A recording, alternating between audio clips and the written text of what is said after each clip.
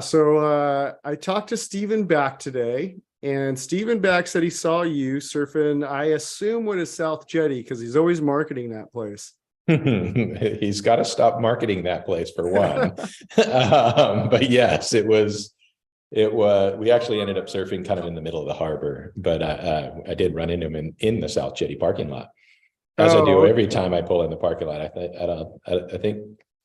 I don't think I've ever not seen his car in the parking lot at South Jetty. So yeah, the guys over at Real Surf Shop like to say he's he's their lot troll t-shirt they make. So exactly, there you go. He's epic. I love him. He did say you got a right. He said, I need to ask you about this right that you got today. So what, I mean, I imagine this thing's flying off the south side of the jetty, or which side of the jetty were you on? No, we were in the middle of the harbor. And yeah, I mean, it was yo, that's my spot. You can't. Oh, okay. Sorry. Okay, then we were at South Jetty. No.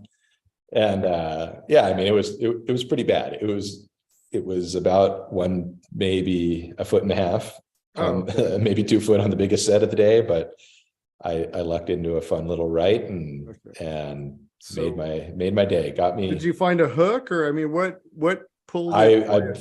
For me, it was just a nice go straight, fly down the line, and a little floater at the end. That's about all I got. But hey, if I'm going fast, I'm cool. That's all. 1 to 2. That's my jam. 1 to 2, man. I mean, everybody's the great equalizer, right?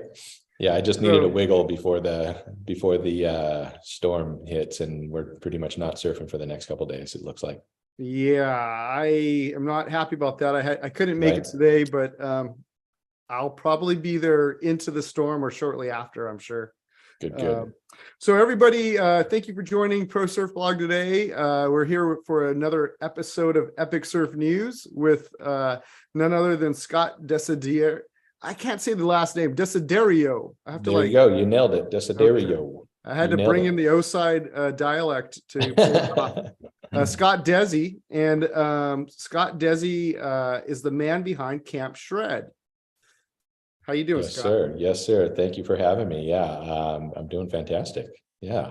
That's great. So people who are unfamiliar with Scott here, which is probably not many of you, we are going to show, if I can get this thing to work here. It's working. You got campshred.com or camp-shred.com. Okay, actually, we're going to back up. There I am. See, you're being gracious enough, Scott. Who's that guy? So actually, this is Scott here, and this is kind of a two-way intro here. There's a featured official nonprofit organization that's going to be kind of highlighted at Camp Shred this in the next couple weeks. And Scott so happens to be one of the producers there, Scott. So correct. One, I want to say thank you for your service with that organization. And how did you get involved with this organization, AWOW? Well, it's so I've been in with AWOW for probably going on 5 years now.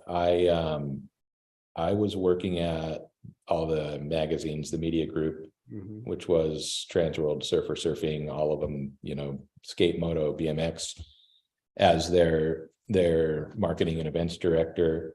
When that whole thing kind of went in, they started kind of just selling off titles, whatever. I wasn't working for a little while, and somebody reached out to me saying, hey, a Walk on Water, they're looking for somebody to help produce their events. Right. And originally I thought I actually thought AWOW was like a super kind of evangelic organization. And I kind of I thought it was Walking on Water, the thing that Brian Jennings, old pro from my era, does, which is fantastic as well, but just not necessarily my gig. Right. And then they came back and were like, no, it's something totally different. These guys do some great stuff. They're taking kids with unique needs, surfing, getting them into the water, exposing them to the ocean, whatever. So I had a couple calls with them and joined. So what made it like a fit? Like, what do you is it that you can sling, kids over your shoulder and board into waves, or like what's kind of the match there for I you? mean, for me, I literally was just hired on to produce their events, and that's what I did, setting up all the permits with all the cities and Mhm. organizing the teams, organizing the people. I'm never the one in the water surfing with the kids, which is, I wish I was, but honestly, that takes such a crazy skill set to do. These guys are so good at what they do. But yeah, I mean, I went to the first event as I was kind of there helping them out, just saw what's going on. Mhm. Yeah. Saw if you just see some of the reaction from some of the kids and some of the parents. I'm like, dude, sign me up. Yeah, that's I mean, what you're doing for them though is a different kind of heavy lifting, right? I mean, doing For sure. all the organization and kind of connecting the dots and crossing For T's, sure. dotting I's and all that stuff. So Yeah, and I started out as their program director, and they've gone through a couple changes over the last couple of years since pandemic, and now I'm the program director running the whole org for the most part. We're governed by 10 board of directors, a couple founders, right. and it's really myself, and then the other person that you saw on the screen there, Lisa, she's kind of now the senior event producer, and I'm the program director. Okay. And the two of us are running the ship, and it's been fun. I love doing it. Love seeing some of these kids. Yeah, so Trans World, which I will I'm gonna put. Oh wow. So this is part of a brings back swag some piece. I memories. can't show it yet because I'm gonna pull it up later. I know exactly what that is, but yes. So Trans World was somehow in the mix, the stars aligned, and somehow that, fast forward, jump started you, either directly or indirectly into AWOW. So that's pretty cool. Yeah, just I mean, running and producing events is what kind of did it. I was never, I just kind of stumbled on being an event producer person, I don't know how, but that's what I was doing at Trans. That's kind of, I was hired as the marketing director, and which marketing for the magazines back then was all their special events that they did. So, and was that the Trans World? I mean, when you come to Oceanside, I'm newer than you to Oceanside, but people like to show you the sights and attractions when you come to a small town, right? Yes, right. And so the old Trans World building, everybody loves to point that out to me. That's where Trans World used to be. So were you at that Trans World? Or? I was, yes, I was. Okay. I was there, and then we moved to Carlsbad.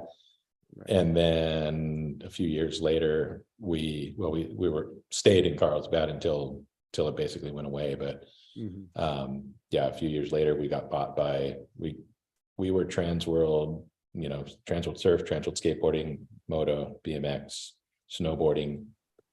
We got bought by the company that actually owned Surfer, Surfing, Skateboarder, all of those. And it was kind of like, how are we all going to play in the same sandbox together? Yeah, I heard. Yeah, I heard one of your interviews with Late Night with Chalky, and yeah, you mentioned how that was similar to the Billabong Quicksilver thing, and I know a couple people over there. But yeah, so Trans World is just right up the street from Stephen Back's favorite spot that always is firing, South Jetty, which is true. It was a nice little lunchtime session all the time. Yeah, that's cool. So Camp Shred, I've missed it for a couple of years, and I hate missing it. This year, everybody, hopefully you see me down there. I'm going to try everything I can. I'm going to be down there covering this event as best I can. Scott, the last couple of years, people have hit me up trying to get me to go, and it didn't work out. And then, of course, they always come back with reports of how much fun they had, gear they tried, and so pretty cool stuff. I'm going to share a little bit more about Camp Shred here. And so basically, this reminds me of like the burger joint, though. Like, you are the largest surf demo in the world, right? Like, this is like, how do you figure that out, Scott? I mean, I don't figure that out. I just claim it. Quite honestly. I mean, is there any other place in the world at any time that you can go to the beach for a weekend and demo 50 some odd surf brands, from surfboards, wetsuits, accessory, fins, you name it. So I think that's what's definitely sticks out to me is, you can hit a surfboard demo, right? You can hit, so in some ways, you can get the wetsuit there as well. But like fins, I mean, so there's going to be fin people there too as well, right? Both FCS and Futures will be there. Captain Finn will be there with their stuff, and I believe they actually have a new fin system that they're Captain debuting. Finn they make some amazing, beautiful looking products. They sure do. I just got some new ones for myself, and they're fantastic. So you would go get, like, if you wanted your Rob Machado Firewire board, if that was available, you might then go get different fins and be able to plug those fins into that board. Exactly. You can, so basically, if you're coming to the event as a consumer, you'll go to the Surf Ride tent. Surf Ride's kind of the main partner. Right. You'll go there, you sign up for the demo, sign the waiver, do all that. They give you a wristband. You'll get 3 basically kind of business cards, one that says accessory, one that says wetsuit, one that says surfboard. You take that to either a surfboard or whatever booth you want. Right. Go grab that Rob Machado mashup and at the Firewire booth, and then they'll mark you down with the business card. Right. You could take another one, take your accessory one to the Futures tent and go throw some fins in it. You can go grab a wetsuit out of O'Neill or Rip Curl or any one of the wetsuit brands, Desiderio, we got a bunch. And at the end, you turn your board back in or wetsuit back in, they give you their business card back, so you can go back to Surf Ride at the end of the day to pick up your ID. So this is free. Whatever collateral. It's this all is free. All free. Oh man. See, like, everybody's been complaining about all these new surfers getting into the scene, all these inlanders like you and I am certainly a part of the problem. I literally lived in an apartment directly across from the campgrounds in the early 90s. So you had to move. They made you move, basically.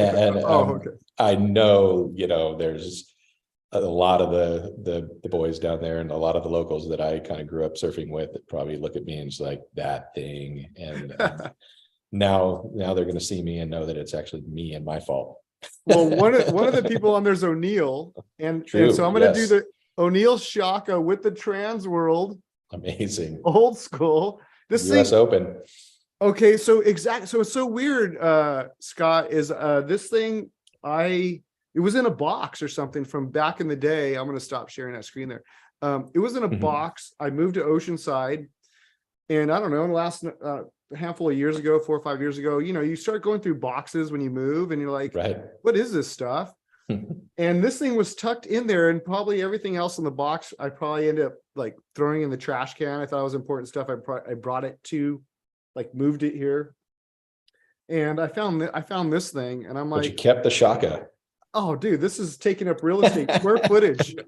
I love it. That thing is cool. It's kind of like the foam's kind of getting a little, like, the stuff's breaking down a little bit, but it's so cool. I'm like, that is the most amazing thing. And then I looked there today and I noticed O'Neill is one of the brands that's going to be repping over there. Correct. Yes. O'Neill will be there with all their suits. They literally bring a giant truck of wetsuits from Santa Cruz down and have everything you can ever imagine you want to try. If you're looking to just try a new wetsuit, they've got it. I know Rip Curl always has a boatload of suits. Volcom wetsuits will actually be there this time for the first time, which will be cool. And Excel wetsuits too. Excel was there years ago. They missed a couple of years, but they're back, which is cool. I'm excited to have them back. Yes, they are keeping my boy Jack Van Wagner, everybody, which I just had on an episode recently. I saw that. Yes, actually 2 episodes. Him and his sister were on a different episode, so Excel's keeping him warm. So what I tripping out, it's been so cold this year, right? I've had, I don't know, more people than ever, which is probably like 2 or 3 people, tell me they're wearing like 5.4s and stuff. Yeah, I'm like, same. What? It's funny. I heard that today I was watching something and I saw they were like, oh yeah, I was wearing a 5.4. The only time I've ever worn a 5.4, honestly, I went on a surf trip to Ireland back in the 90s, and I could barely move myself in a 5.4, but now the wetsuits and the technology is so good.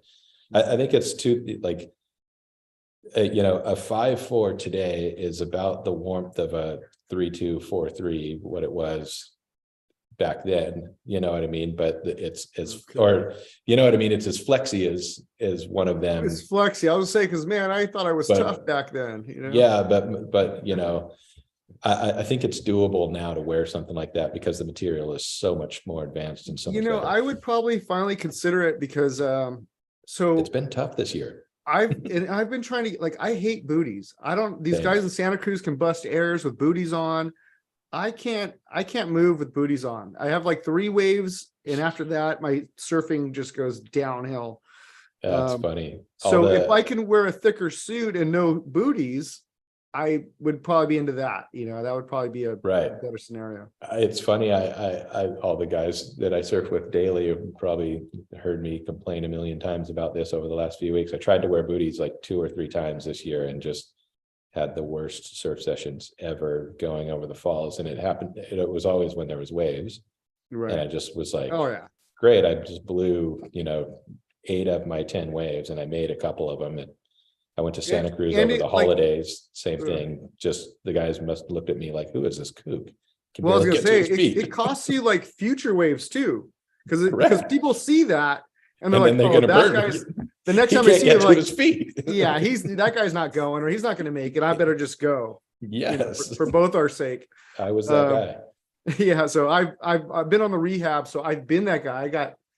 I was in the way last few weeks. It was really bad. I mean, the surf community is harsh, man. I mean, it's the strong rule, and oh gosh, as soon as you fall off, you got to get out of the way. It is true. It's a very selfish sport, and it's so true. So van life as well. So Mercedes is on board with this thing. Correct. The Mercedes Sprinter down in San Diego. They've actually been a partner of this for 7 years, I want to say 8 years almost. Right. So he brings out a bunch of his vans that are outfitted, and a bunch of cool stuff. I love, I mean, when you get inside one of those things and you got a couple accessories going and stuff, they're super comfortable. I know they, like other things, they take a little bit of hit depending on who and when you're talking about them. But I have a couple of friends that picks them up, and it's hard to hate. I'm like, these things are really cool. Hey, I am that guy. Again, I drove an old, like 1990, I want to say, Ford van.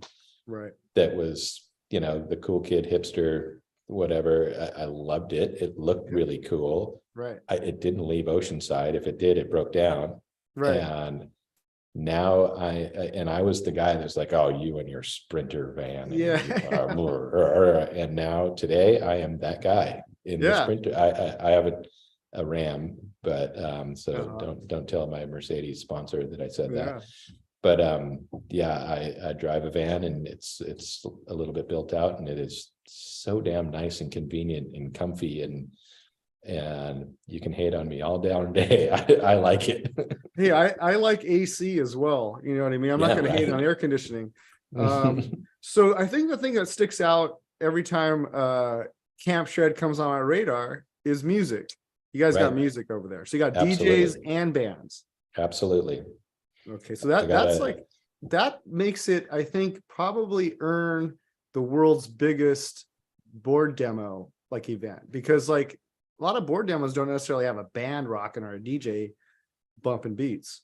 Right. I mean, again, for that one, I gotta give a quick shout out to my homeboy Chris Cote. He helps me organize all the music and all the bands. That's his role he kind of plays host. So Chris Cote, you picked him up from the skate side. I know he rips in surfing, but I mean, like he's just been a longtime friend of mine. We worked together at Transworld, and he's helped me with this thing since I started it back when I worked at Transworld. So is he going to wear that bow tie over there at the gig? I can ask him. Ask him. He might. He might have to bring it back. I mean, I'd like to see that. So he helps organize all the music for me. We got a great lineup of bands. Couple DJs will kick it off in the kind of early part of the day, and then 3 bands each day. And we got a stage that rolls in and sets up right across from the beer garden. How's the parking though? Like, where do you like? So this is like literally like into the camp. You know, I'm kind of backtracking here, everybody, but it's like built into the campground. You guys kind of work your way up into the campsites. It sounds like. Yeah, so we basically, when you come into, parking is outside of the campgrounds. Right. Parking inside is only for the brands and vendors. Okay.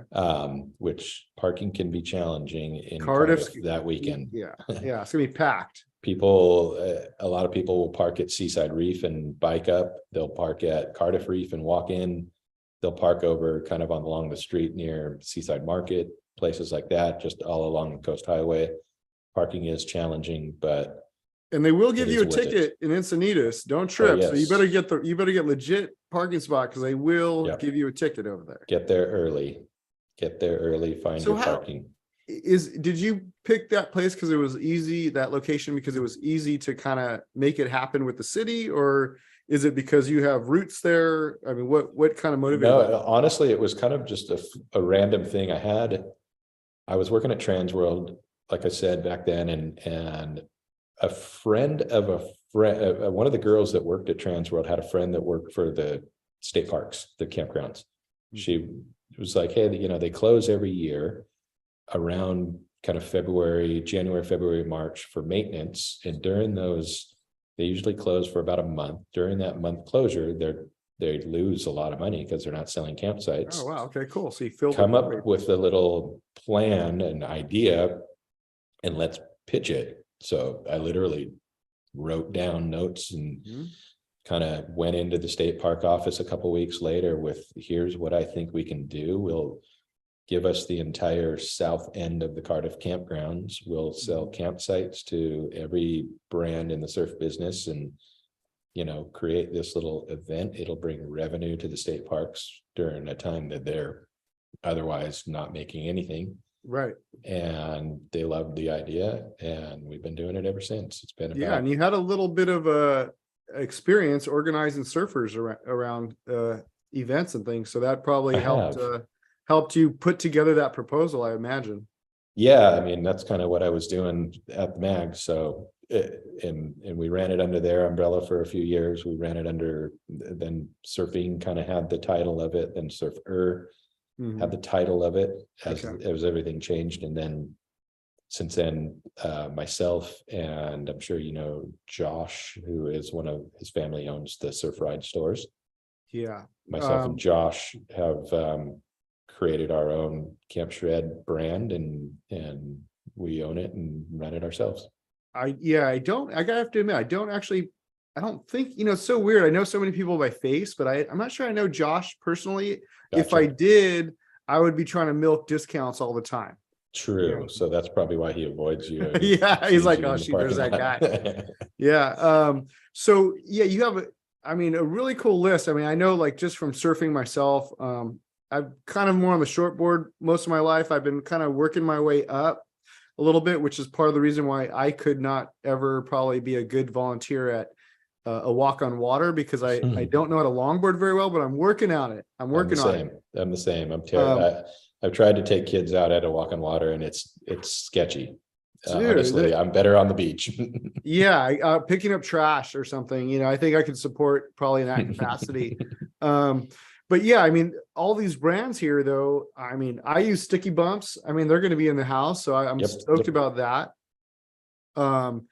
Talking about being salty, I mean, you have the Positive Vibe Warriors going to show up. I mean, are they going to be collecting boards there, or are they just going to kind of be spreading the word, or what are they going to do? No, so the Gudang boys now have Positive Vibe Warrior Surfboards. It's their brand of soft top boards that they've been working on for a long time now, and the boards look amazing. So yeah, they're gonna have their whole lineup of boards out there for people to try out. It's so tricky because, I mean, all those guys are super pumped. They all surf so good. And I think over the years, I think back in the day when, like, Patrick was on tour, like he was the guy I was like, oh, I was fired up to see. And then, I mean, Dane Gudauskas, I mean, that guy, I mean, he shreds like 2 foot and he shreds like 20 foot. Like, Oh yeah. like no All big of deal. them. They're honestly, those three are the raddest kids. They're such good dudes and super positive. Yeah. I know I mean, it comes from their parents. Their dad's incredible. Is it okay? He'll Because be at Camp Shred. Everybody, if you go check out Late Night with Chalky podcast, you'll learn more about Scott Desi over there. And Scott, you've done a lot of competition and stuff. And so I've always been I don't know, maybe in the last 10 or 15 years, I've tried to become more community oriented, like in terms of surfing. And so like I've always been the rogue surfer. So when there's a bunch of people out, and everybody's ripping, it's the locals or whatever, I'm trying to do my own thing. And then when you see a board pull up with a bunch of stickers, or you're like, oh, that's so-and-so or so-and-so, you're like, oh man, that person's going to press me. I'm not getting any more waves. And every time I run into the Gudauskas brothers, I think the initial like feeling or instinct like hits me. And then like within like a couple of minutes, I'm like, these guys are so awesome. I mean, they'll let a kook like me go. They'll give you waves all day long. Those guys rule. They're not heckling my poo stance or anything, I mean, they're just there to enjoy cool. Like any one of us. So yeah, they're great. Yeah, they're awesome ambassadors. So stoked to see them on the list. I got to give a quick shout out to Moose. Moose actually helped connect this. Moose is always connecting everything. Our boy Moose. Ding repair. So I imagine that if you end up like by mistake at San Alejo or Cardiff Reef and you're surfing and you crack your board because you run into like 100 people that are demoing boards, Moose is going to hook you up. He's going to fix your ding, maybe on the spot. I don't know. You'll have to talk to him. But I'm going to give it a little shout out to Moose. So this is March 4th and 5th? March 4th and 5th. Correct. Okay. All day, 8 a.m. We should open up. There will be a line at the Surf Ride booth to demo boards. So you can go on the Camp Shred site now and sign up and pre-register to try to avoid the line as best as possible. We will be having a few more people there ready for you and get you through that line as quick as possible. Is there a time when you're like, this is like a slow time for demos? Is there a time in the day like that where somebody who was trying to strike mission and get, kind of the most amount of demoing done? Like that's a tough, honestly, maybe towards a little bit later. I mean, on the morning from 8 to 10ish, people are, they're on it. I think last year we had close to, throughout the entire weekend, we had, I want to say 600-800 people demo products. Wow. So, I mean, obviously not all at once, but it's a lot. And I mean, it is crowded, but there's plenty of little spots out in front of those, out front of the grounds. There's 3 or 4 fun little reef breaks that you can kind of take over and share waves with everyone. It's fun. There's plenty of room.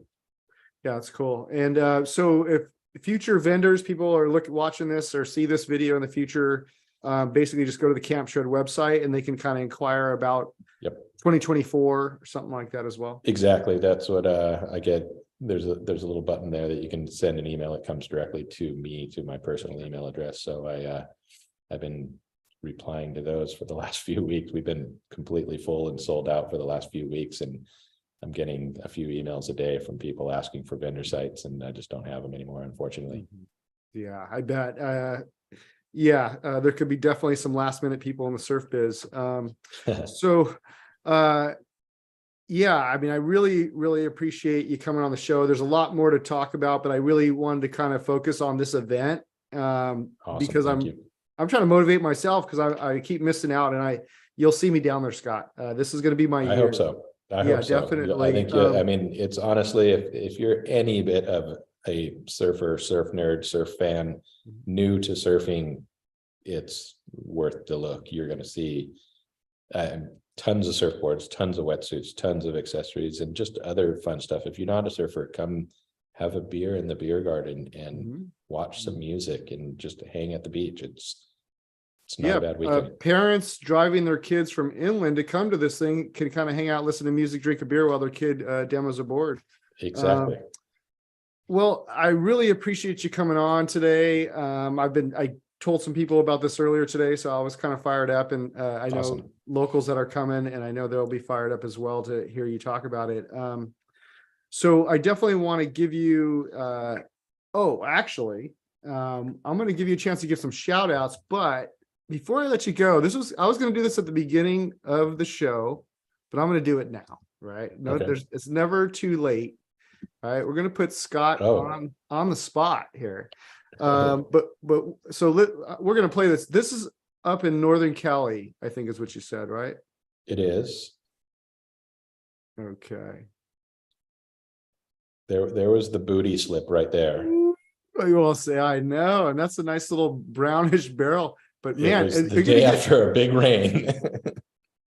Oh man, hold on, we're going to play that again. I like the takeoff. Well, you'll see I kind of stumble on the booties right there.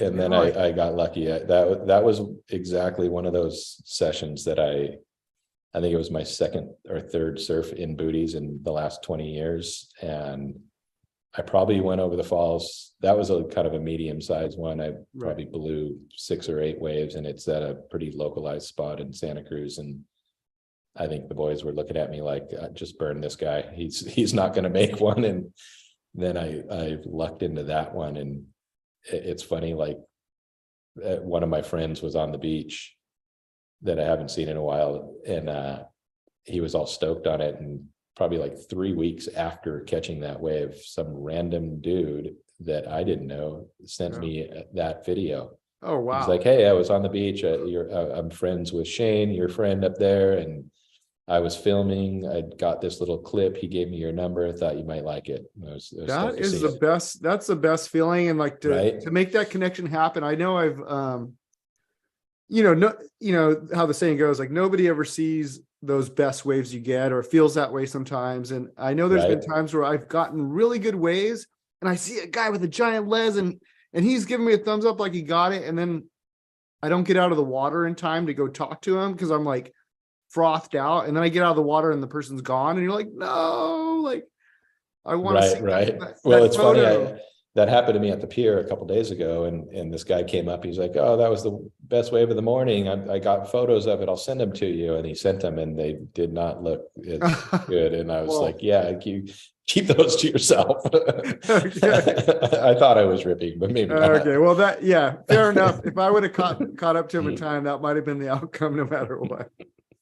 That's all good. No, I mean, if for shout outs, I'll shout out the guy that if I knew who he was, I would shout out the guy that actually sent me that. But he was a local Santa Cruz guy who did he come through at least? How about that? My buddy Shane Skelton that used to work for O'Neill up there in Santa Cruz. Nice Shane. This guy, he was a filmer, and he does, I'm totally blowing it right now, but he told me that he does a cool little kind of 80s inspired surf mag up in Santa Cruz. And I can't even remember the name of it off the top of my head. I'm blowing it. Well, we're going to dig it. We're going to dig for him. Yeah, it was super cool. I found it, and he had just rad little kind of local zine with a lot of 80s surf, skate, punk rock, stuff like that. It was cool. Yeah, the way the connections work in the surf world is kind of cool. So I imagine somebody's watching this. Go figure out who Shane's buddy is, and check out his local zine. That is really cool, because I mean, for them to make that happen, and like, it wasn't like you paid the guy like $1,000 to come shoot your waves. I mean, he just happened to be there and connect the dots, which is really awesome.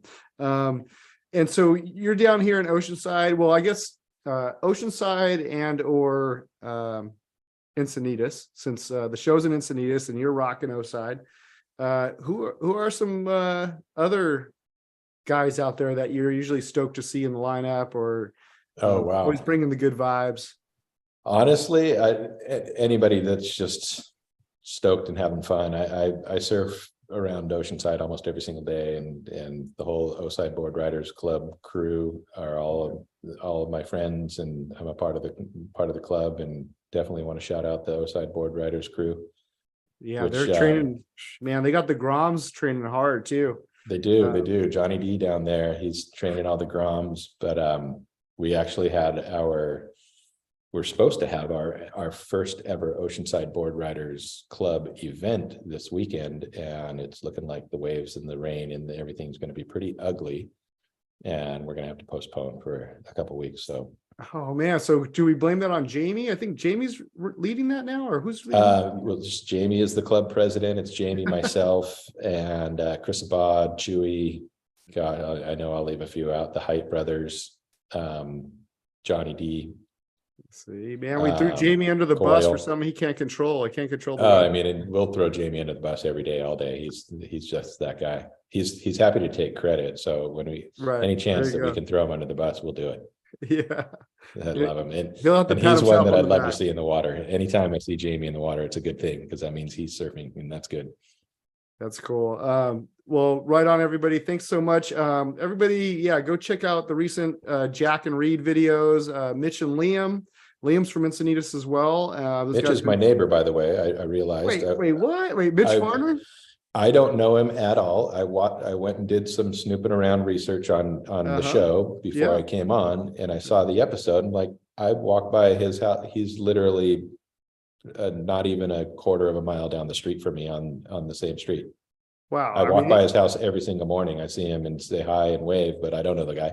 But that's my neighbor. That dog bites, so you don't bet. Get too close to him. No. I bet. No, he seems like a rad dude. I see him. I've seen him in the water a few times. I see him in the neighborhood almost every day. It's so funny because I mean, he's just a longboarder from the area and older guy, and always charging. Yeah.